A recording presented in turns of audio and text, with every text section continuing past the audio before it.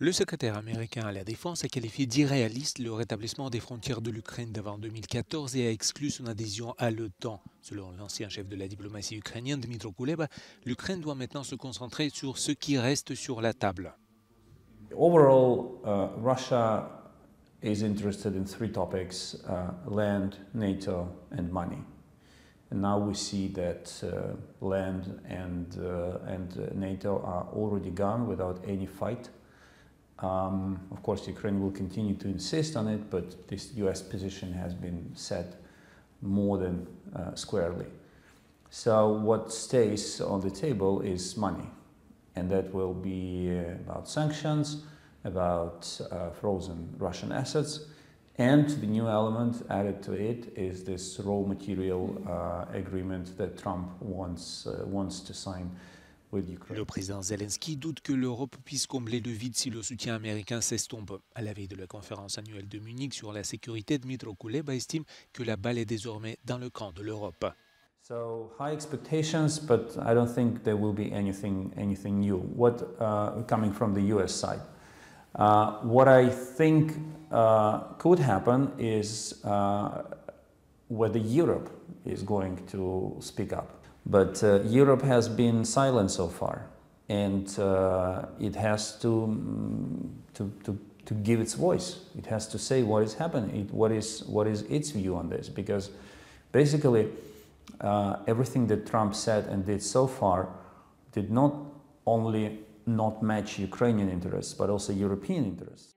L'Ukraine souhaite adhérer à l'OTAN, mais au lieu de cela, il est suggéré de mettre en place différentes garanties de sécurité telles que des forces de maintien de la paix européennes. Selon Dmytro Kuleba, cela n'est pas réaliste. 3,000 kilometers of the front line. 3,000 kilometers. Zelensky said at least 200,000 troops are needed, and he is very humble in his assessment.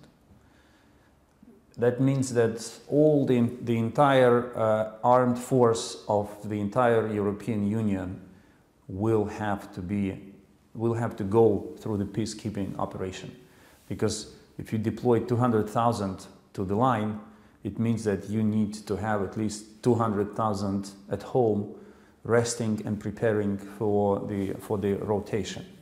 The cost of this mission is uncountable. I mean, I cannot even count how much it is going to cost. And listen, if you have all that money that you are ready to invest in peacekeepers, it will be much cheaper to give them to Ukraine to allow it to build up its own army and fight the Russians without exposing the lives of EU soldiers to the threat of being caught up in fire. À moins de 3 semaines du 3e anniversaire de l'invasion massive de la Russie, Donald Trump pousse à la négociation. Les conditions restent toutefois floues.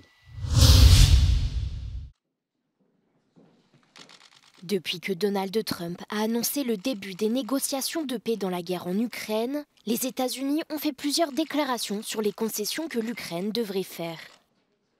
La Russie, quant à elle, n'a eu aucun détail sur les conditions et les exigences auxquelles elle devra faire face. Selon les experts, la situation serait plutôt favorable au Kremlin. Well, I think Russia will feel that it's entering into this potential negotiation with quite a strong hand.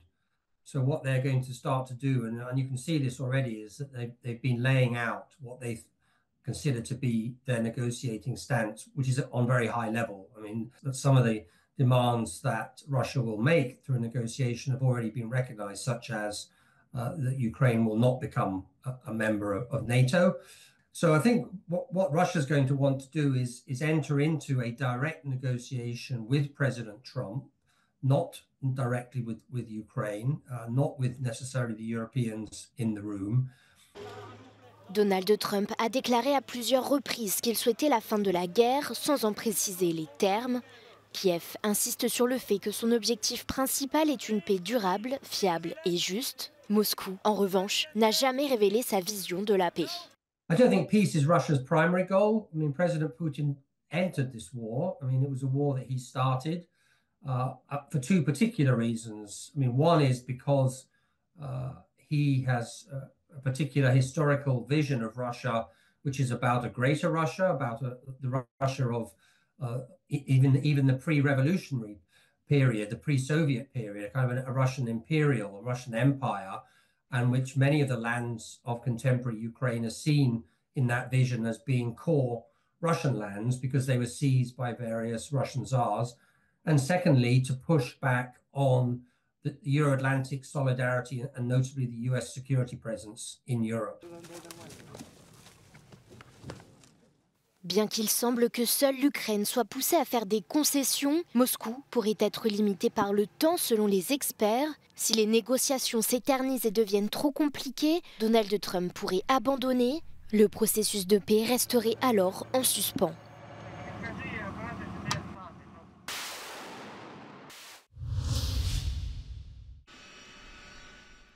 Le vice-président américain J.D. Vance est arrivé jeudi en Allemagne, où il doit s'entretenir avec le président ukrainien Volodymyr Zelensky, en marge de la conférence de Munich sur la sécurité.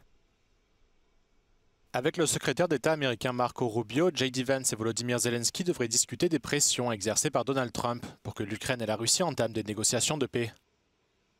Mercredi, le président américain aurait eu un long appel téléphonique avec son homologue russe Vladimir Poutine, au cours duquel il se serait engagé à travailler très étroitement pour mettre fin à la guerre. J.D. Vance a atterri en Allemagne quelques heures après qu'une voiture a foncé sur des manifestants dans le centre-ville de Munich, faisant une trentaine de blessés.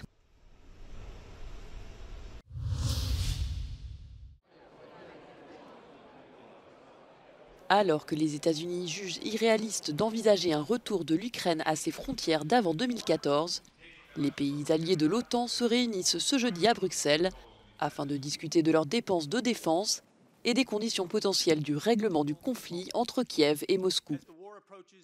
La ministre lituanienne de la Défense était un peu plus tôt l'invitée de Shona Murray. La responsable politique a reconnu que l'OTAN traverse actuellement une période très difficile en raison de la lenteur de l'Europe pour développer ses capacités de défense. Do you feel that Ukraine is now in a stronger position, having been told in public that it's unrealistic to expect to be a NATO member and that any troops in Ukraine won't have NATO security guarantees? I think we are in the beginning of a very difficult process where we will have to find the specific ways to generate strength. What is a good part of the message is that peace through strength was reiterated all around the room. What does that mean, though, if you've just weakened Ukraine's position? As I said, I think we are in the beginning of a difficult conversation. And one of the elements which is going to be critical, and as I understand also there is an agreement in the room that it's necessary, is our own capabilities. Because how can we sustainably help Ukraine if our own defense capabilities are being developed slower than that of the aggressor? The size of Ukrainian army and the size of our defense industry, of our own defense capabilities, they are not matching the speed of Russian military industry, of Russian transition from peacetime to wartime economy, of Russian assembly of troops at a quite a threatening speed. So therefore, yeah, I agree with that. Maybe in the beginning of conversation we have to agree that strength is not on paper. Strength is on the ground. It's our troops, it's our weapons, it's our defense industry. Behind me you can see the discarded flags and high visibility vests that some demonstrators were carrying this morning in central Munich when a car drove into them from behind. 28 people, including children, were injured. The suspect, a 24-year-old Afghan-born asylum seeker, was arrested at the scene. Police say that they believe he acted alone, but authorities have not yet ruled out that this could have been an attack. This, of course, comes a day before a whole host of world leaders are expected to descend on the Bavarian city for a 3-day security conference. This includes US Vice President J.D. Vance, but also Ukrainian President Volodymyr Zelensky. But this also comes in the midst of an election cycle with German voters set to go to the polls on February 23rd.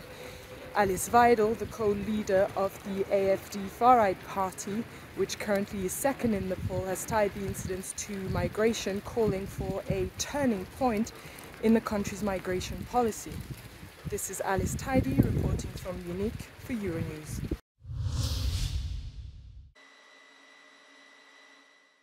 Le 31 janvier dernier, le service WhatsApp de Meta révélait que plusieurs dizaines de personnes à travers l'Europe avaient été la cible d'une vaste opération de piratage de téléphones portables menée par la société israélienne Paragon Solutions.